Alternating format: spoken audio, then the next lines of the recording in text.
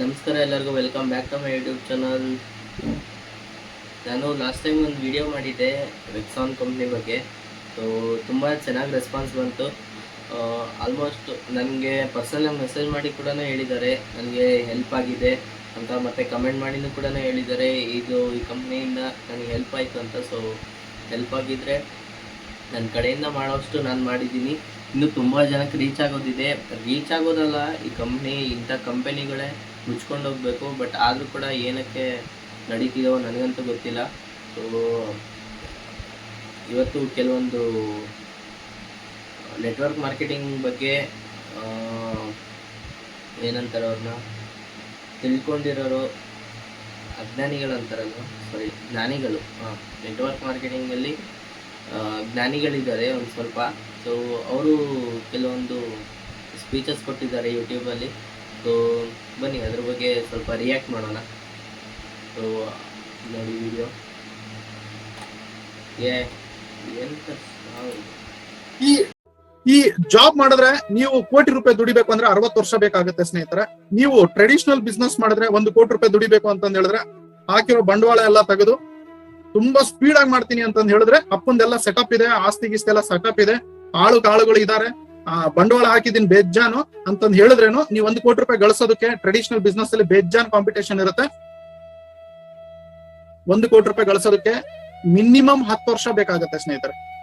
10 ವರ್ಷ ಬೇಕಾಗುತ್ತೆ. ಯಾಕಂದ್ರೆ ಇಲ್ಲಿ ಟ್ರೆಡಿಷನಲ್ ಮಾರ್ಕೆಟ್ ಮಾಡಿದವ್ರು ಬಹಳಷ್ಟು ಜನ ಇದ್ದಾರೆ, ನೀವು ನೋಡಿದೀರಾ.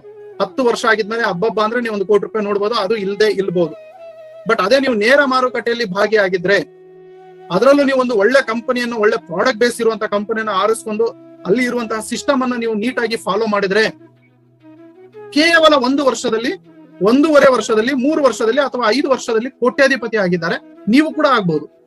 ಅದಕ್ಕೆ ಲೈವ್ ಸಾಕ್ಷಿಗಳು ನಿಮ್ಮ ಕಣ್ಣೆದುರಿಗೆ ಇದ್ದಾರೆ, ನಿಮ್ಮ ಲೀಡರ್ಗಳು. ಇವರು ಹೇಳ್ತಾರೆ ಜಾಬ್ ಮಾಡೋದ್ರಿಂದ ಆಗೋದಿಲ್ಲ ಅಂತೆ. So accept. ಯಾಕಂದ್ರೆ ನನ್ಗೆ ಗೊತ್ತಿದೆ ಜಾಬಲ್ಲಿ ಯಾವ ತರ ಇದೆ ಅಂತ. ಜಾಬ್ ಮಾಡದಿರೋ ಯಾರು 1 ಕೋಟಿ ಇಟ್ಟಿಲ್ಲ. 2 ಕೋಟಿ ಇಟ್ಟಿದ್ದಾರೆ ಅಂದ್ರೆ ಅವರು ಸಣ್ಣ ಪುಟ್ಟ ಜಾಬ್ ಮಾಡಿ ಏನು 1 ಕೋಟಿ ಇಟ್ಟಿರೋದಿಲ್ಲ. ಸೊ ಬನ್ನಿ ಈಗ ಬಿಸ್ನೆಸ್ಗೆ ಬರ್ತಾ ಇದ್ದಾರೆ. ಸೊ ಬಿಸ್ನೆಸ್ 60 ವರ್ಷ ಬೇಕಾಗುತ್ತೆ ಸ್ನೇಹಿತರೆ.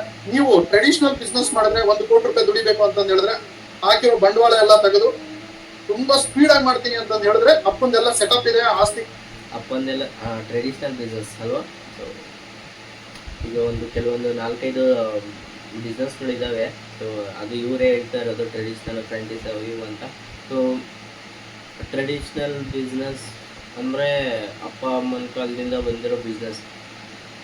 ಯಾವುದು ನಂಬಕ್ಕೆ ಹೋಗ್ಬಿಡಿ. ಯಾವುದೇ ಥರ ಹೊರಗಡೆನೂ ಕೂಡ ಕಾಂಪಿಟೇಷನ್ ಇಲ್ಲ. ಆಲ್ಮೋಸ್ಟ್ ಕಾಂಪಿಟೇಷನ್ ಇದೆ, ಬಟ್ ಇದೆ, ಕಾಳುಗಳಿದ್ದಾರೆ, ಬಂಡವಾಳ ಹಾಕಿದ್ದೀನಿ ಬೇಜಾನು ಅಂತಂದ್ ಹೇಳಿದ್ರೇನು ನೀವು 1 ಕೋಟಿ ರೂಪಾಯಿ ಗಳಿಸೋದಕ್ಕೆ ಟ್ರೆಡಿಷನಲ್ ಬಿಸ್ನೆಸ್ ಅಲ್ಲಿ ಬೇಜಾನ್ ಕಾಂಪಿಟೇಷನ್ ಇರುತ್ತೆ. ಇವರು ಹೇಳ್ತಾ ಇರೋ ಅರ್ಥ ಏನಪ್ಪ ಅಂತ ಹೇಳಿದ್ರೆ, ಕಷ್ಟಪಟ್ಟು ದುಡಿಯೋದು ಬಿಟ್ಟು ಬೇರೆಯವ್ರನ್ನ ಹಾಳು ಮಾಡಿ ನೀವು ದುಡ್ಡು ಮಾಡಿ ಅಂತ ಇಂಡೈರೆಕ್ಟ್ ಆಗಿ ಹೇಳ್ತಾ ಇದ್ದಾರೆ. ಸೊ ಕರೆಕ್ಟಾಗಿ ನೀವು ಅರ್ಥ ಮಾಡ್ಕೊಳ್ಳಿ, ಕರೆಕ್ಟ್ ಫ್ಲೋನಲ್ಲಿ ಅರ್ಥ ಮಾಡ್ಕೊಳ್ಳಿ. ನೀವು ಒಂದು ಬಿಸ್ನೆಸ್ ಸ್ಟಾರ್ಟ್ ಮಾಡ್ತೀರಾ ಅಂತ ಹೇಳಿದ್ರೆ ಆ ಬಿಸ್ನೆಸ್ನ ನೀವು ಏನು ಮಾಡ್ದೇನೆ ಒಂದು ಇನ್ಕಮ್ ಬರ್ತಾ ಇದೆ ಅಂತ ಹೇಳಿದ್ರೆ ಅದು ಸ್ಕ್ಯಾಮ್ ಆರ್ ವಾಟ್? ನನ್ಗೆ ಕೇಳೋ ಪ್ರಶ್ನೆ. ನೀವು ಏನು ಮಾಡ್ದೇನೆ ನಿಮಗೆ ಏನು ಇನ್ಕಮ್ ಬರ್ತಾ ಇದೆ ಅಂದರೆ ಅದು ಸ್ಕ್ಯಾಮ್ ಅಂತಾನೆ ಅಲ್ವಾ? ಒಂದು ನೀವು ಪ್ರಾಡಕ್ಟ್ಸ್ ಪರ್ಚೇಸ್ ಮಾಡಬೇಕು, ಇನ್ನು ಮತ್ತೆ ಸೇಲ್ ಮಾಡಬೇಕು. ಇದರಿಂದ ನಿಮ್ಗೆ ಇನ್ಕಮ್ ಬರ್ತಾ ಇದೆ ಅಂದರೆ ಅದು ಲೀಗಲ್. ಓಕೆ, ಬನ್ನಿ ಮುಂದೆ ನಾವು 1 ಕೋಟಿ ರೂಪಾಯಿ ಗಳಿಸೋದಕ್ಕೆ ಮಿನಿಮಮ್ 10 ವರ್ಷ ಬೇಕಾಗುತ್ತೆ ಸ್ನೇಹಿತರೆ. 10 ವರ್ಷ ಬೇಕಾಗುತ್ತೆ. ಯಾಕಂದ್ರೆ ಇಲ್ಲಿ ಟ್ರೆಡಿಷನಲ್ ಮಾರ್ಕೆಟ್ ಮಾಡಿದವ್ರು ಬಹಳಷ್ಟು ಜನ ಇದ್ದಾರೆ, ನೀವು ನೋಡಿದ್ದೀರಾ. 10 ವರ್ಷ ಆಗಿದ್ಮೇಲೆ ಹಬ್ಬ ಅಂದ್ರೆ ನೀವು 1 ಕೋಟಿ ರೂಪಾಯಿ ತಂದಂಗೆ ನನಗೆ ನೋಡೋಕ್ಕಾಗಲ್ಲ. ಸೊ ಇದು ವಿಡಿಯೋ ನೋಡಿದ್ದೆ. ಸೊ ಇದರಲ್ಲಿ ಏನಪ್ಪ ಅಂತ ಹೇಳಿದ್ರೆ, ನಿಮ್ಗೆ ಗೊತ್ತಿರ್ಬೋದು, ಮಂಗಳೂರಲ್ಲಿ ಇನ್ಸಿಡೆಂಟ್ ಆಯಿತು. ಅವಾಗ ಎಲ್ಲ ವಿದ್ಯಾರ್ಥಿಗಳ ಜೊತೆ, ಅಂದರೆ ಅದು ಯಾವುದೋ ಒಂದು ಇನ್ಸ್ಟಿಟ್ಯೂಟ್ ವಿದ್ಯಾರ್ಥಿಗಳು ಇದ್ದಾರಲ್ಲ, ಮಾತಾಡಿದ್ದಾರಲ್ಲ, ಆ ವಿದ್ಯಾರ್ಥಿಗಳು ಮಾತಾಡಿರೋದನ್ನ ಎಲ್ಲ ನ್ಯೂಸಲ್ಲಿ ಹಾಕಿದ್ರು. ಅವಾಗ ಅಲ್ಲಿ ಬಂದಿರೋಂಥ ಕಮೆಂಟ್ಗಳು ನೋಡಿದೆ ನಾನು. ಅಲ್ಲಿ ಎಷ್ಟೋ ಕಮೆಂಟ್ಗಳು ನೆಗೆಟಿವ್ ಆಗೇ ಇದ್ದಾವೆ. ಒಂದು ಕಮೆಂಟು ಪಾಸಿಟಿವ್ ಆಗಿಲ್ಲ. ಎಲ್ಲೋ ಒಂದೊಂದು ಇರ್ಬೋದು, ಮೋಸ್ಟ್ಲಿ ಒಂದೊಂದು ಇರ್ಬೋದು. ಬಟ್ ಆಲ್ಮೋಸ್ಟ್ 99% ಎಲ್ಲ ಕಮೆಂಟ್ಸ್ಗಳೂ ಕೂಡ ನೆಗೆಟಿವ್ ಆಗೇ ಇದ್ದಾವೆ. ನೆಗೆಟಿವ್ ಅಂದರೆ ಇದು, ಸಾರಿ, ನನ್ನ ಪ್ರಕಾರ ಅದು ಪಾಸಿಟಿವ್ ಕಮೆಂಟ್ಸು, ಅವ್ರ ಪ್ರಕಾರ ಅದು ನೆಗೆಟಿವ್ ಕಮೆಂಟ್ಸು. ಸೊ ಸೊ ನನ್ನ ಪ್ರಕಾರ ಹೇಳ್ತೀನಿ ಇವಾಗ. ಸೊ ಅವ್ರ ಪ್ರಕಾರ ಹೇಳೋದು ಬೇಡ, ನನ್ನ ಪ್ರಕಾರ ಹೇಳ್ತೀನಿ. ಅಂದರೆ ಪಾಸಿಟಿವ್ ಕಮೆಂಟ್ಸ್ ಇದ್ವು. ಸೊ ಯಾವ ಥರಪ್ಪ ಅಂತ ಹೇಳಿದ್ರೆ, ಇದು ಫೇಕ್ ಕಂಪ್ನಿ, ಈ ಫೇಕ್ ಕಂಪ್ನಿನ ಏನಕ್ಕೆ ಇನ್ನೂ ಕ್ಲೋಸ್ ಮಾಡಿಸಿಲ್ಲ, ಅಥವಾ ಈ ಕಂಪ್ನಿ ಕ್ಲೋಸ್ ಆಗೋವರೆಗೂ ನಮ್ಮ ಹೋರಾಟ ನಿಲ್ಲಲ್ಲ ಅಂತ ಸುಮಾರು ಕಮೆಂಟ್ಗಳು ಬಂದಿದ್ವು. ಆದರೂ ಅವರೆಲ್ಲ ಇಲ್ಲಿವರೆಗೂ ಏನಕ್ಕೆ ಬರಲಿಲ್ಲ, ಯಾಕೆ ಕಂಪ್ನಿಗಳನ್ನ ಕ್ಲೋಸ್ ಮಾಡಿಸ್ಲಿಲ್ಲ ಅಂತ ನನಗಂತೂ ಗೊತ್ತಾಗ್ತಾ ಇಲ್ಲ. ಸೊ ಇವರು ಹೇಳಿದ್ದು ಬರೀ ಮಂಗಳೂರಲ್ಲಿ ಮಾತ್ರ ಕ್ಲೋಸ್ ಆಗಬೇಕಂತಾನ, ಅಥವಾ ಇಡೀ ಇಂಡಿಯಾನಲ್ಲೇ ಕ್ಲೋಸ್ ಆಗಬೇಕಂತ ಹೇಳಿದ್ರು ನನಗಂತೂ ಅರ್ಥ ಆಗ್ತಾ ಇಲ್ಲ. ಸೊ ಬರೀ ಮಂಗಳೂರಲ್ಲಿ ಕ್ಲೋಸ್ ಆಗೋದಲ್ಲ, ಇಡೀ ಇಂಡಿಯಾದಲ್ಲೇ ಈ ಥರ ಒಂದು ಕಂಪ್ನಿಗಳು ಕ್ಲೋಸ್ ಆಗಬೇಕು, ಅಥವಾ ಇವ್ರ ಕಂಪನಿ ನಡೆಸಲೇಬೇಕು ಅಂತ ಏನಾದರೂ ಇತ್ತು ಅಂದರೆ ಪ್ರಾಪರಾಗಿ ಗೌರ್ಮೆಂಟ್ ಗೈಡ್ಲೈನ್ಸ್ ಏನಿದೆಯೋ ಅದನ್ನ ಕರೆಕ್ಟಾಗಿ ಫಾಲೋ ಮಾಡ್ತಾ ಈ ಕಂಪ್ನಿನ ನಡೆಸಲಿ ಅಂತ ನಾನೊಂದು ಮಾತನ್ನ ಹೇಳ್ತೀನಿ. ಸೊ ಇದೊಂದು, ಮತ್ತು ತುಂಬ ವೀಡಿಯೋಸ್ ಇದ್ದಾವೆ, ಕಮೆಂಟ್ಸು ಓದೋಕ್ಕೆಲ್ಲ ಆಗಲ್ಲ ನನ್ನ ಕೈ, ಸಿಂಪಲಾಗಿ ಮಾತಾಡ್ಬಿಡ್ತೀನಿ.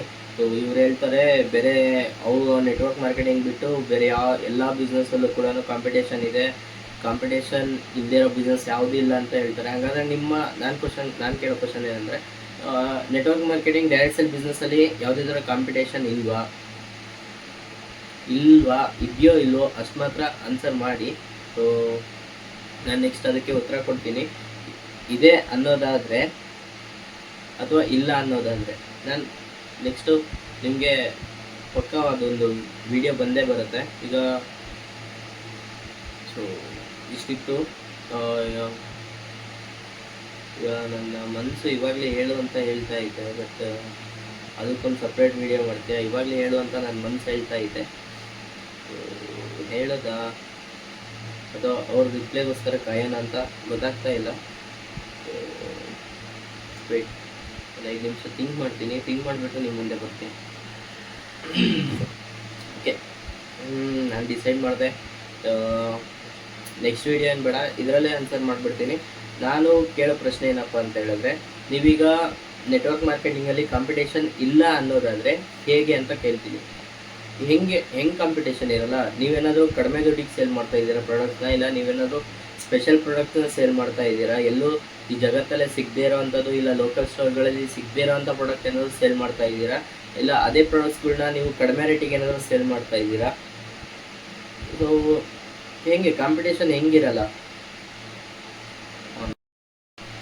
ಮತ್ತು ಜನಗಳನ್ನ ಸೇರಿಸೋದ್ರಿಂದ ಕೂಡ ನೀವು ದುಡ್ಡು ಮಾಡ್ತೀರಾ. ಜನಗಳು ಬರ್ತಾರೆ, ಎಲ್ಲಿ ತನಕ ಬರ್ತಾರೆ? ಅನ್ಎಂಪ್ಲಾಯ್ಮೆಂಟ್ ಎಲ್ಲಿವರೆಗೂ, ಅಥವಾ ನಿಮ್ಮ ಬಂಡವಾಳ ಎಲ್ಲಿವರೆಗೂ ಗೊತ್ತಾಗದೇ ಇರುತ್ತೋ ಅಲ್ಲಿವರೆಗೂ ಕೂಡ ಜನ ಬರ್ತಾರೆ. ನಿಮ್ಮ ಬಂಡವಾಳ ಎಲ್ಲ ಗೊತ್ತಾದ್ಮೇಲೆ ಎಲ್ಲಿ ಬರ್ತಾರೆ ಜನಗಳು? ಈ ನೆಟ್ವರ್ಕ್ ಮಾರ್ಕೆಟಿಂಗ್ಗೆ ಆ್ಯಕ್ಚುಲಿ ನೆಟ್ವರ್ಕ್ ಮಾರ್ಕೆಟಿಂಗ್ ಇಂಡಿಯಾನಲ್ಲಿ ಬ್ಯಾನ್ ಆಗಬೇಕು, ಆದರೂ ಏನಕ್ಕೆ ಬ್ಯಾನ್ ಆಗ್ತಾ ಇಲ್ಲ ಅಂತ ನನ್ನ ದೊಡ್ಡ ಕ್ವಶನ್ನ ಕಾಡ್ತಾ ಐತೆ ನನ್ನ ಮೈಂಡಲ್ಲಿ. ಅವ್ರು ಕೊಡೋವಂಥ ಪ್ರಾಡಕ್ಟ್ಗಳು ಎಲ್ಲನೂ ಕೂಡ ಎಂಥ ಕಿತ್ತೋಗಿರೋ ಪ್ರಾಡಕ್ಟ್ಗಳು ಅಂತ ನನಗೆ ಗೊತ್ತಿದೆ. ಬರೀ ನಾನು ಲಾಸ್ಟ್ ಟೈಮ್ ಮಾಡಿದ್ದು ಒಂದು ವೆಕ್ಸನ್ ಕಂಪ್ನಿ ಬಗ್ಗೆ, ಅದು ಒಂದೇ ಅಲ್ಲ. ನೆಟ್ವರ್ಕ್ ಮಾರ್ಕೆಟಿಂಗ್ ಅಂದರೆ ತುಂಬಾ ಇದ್ದಾವೆ ಕಂಪ್ನಿಗಳು. ಅದೆಲ್ಲದ್ರ ಬಗ್ಗೆ ಹೇಳ್ತಾ ಹೋದರೆ ನಿಜವಾಗ್ಲೂ ನನ್ನ ತಲೆ ತಿರುಗುತ್ತೆ, ಜೊತೆಗೆ ನಿಮ್ಮ ತಲೆನೂ ತಿರುಗುತ್ತೆ. ಸೊ ಅದು ನಿಮ್ಮ ತಲೆ ತಿರುಗಿಸೋದು ನನಗೆ ಬೇಕಾಗಿಲ್ಲ. ಸೊ ನಾನು ಕೇಳೋದು ಒಂದೇ, ಕಾಂಪಿಟೇಷನ್ ಬೇರೆ ಬಿಸ್ನೆಸ್ಸಲ್ಲಿ ಇರುತ್ತೆ, ಈ ಬಿಸ್ನೆಸ್ಸಲ್ಲಿ ಇರೋದಿಲ್ಲ. ಇದೊಂದೇ ಮೇನ್ ರೀಸನ್ನು ಈ ಬಿಸ್ನೆಸ್ಗೆ ಜಾಯ್ನ್ ಆಗೋಕ್ಕೆ ಪರ್ಸನ್ಸು, ಕೆಲವೊಂದು ಪರ್ಸನ್ಸು. ಅದರಲ್ಲಿ ನಾನು ಕೂಡ ಮೋಸ ಹೋಗಿದ್ದೀನಿ. ಈಗ 3 ಇಯರ್ಸ್ ಬ್ಯಾಕ್ ಅನ್ಸುತ್ತೆ, ಎಂತಿಲ್ಲ ಮರ್ತೋಗೈತೆ ನನಗೆ ಮರೆವಿನ ಕಾಯಿಲೆ ಜಾಸ್ತಿ. ಸೊ ಬಿಸ್ನೆಸ್ ಮಾಡೋದ್ರೂ ಕೂಡ ಆರಾಮಾಗಿ ಗ್ರೋತ್ ಆಗ್ಬೋದು. ಯಾರು ಹೇಳಿದ್ರು ಗ್ರೋತ್ ಆಗೋಕ್ಕಾಗೋದಿಲ್ಲ ಅಂತ? ಇವನು ಹೇಳ್ತಾನೆ, ಇವನು ಯಾರು MLM ಶರತ್ ಅಂತ. ಸೊ ಅವ್ರ ಮಾತೆಲ್ಲ ತಲೆ ಕೆಡಿಸ್ಕೊಳಕ್ಕೆ ಹೋಗ್ಬೇಡಿ, ಬೇರೆ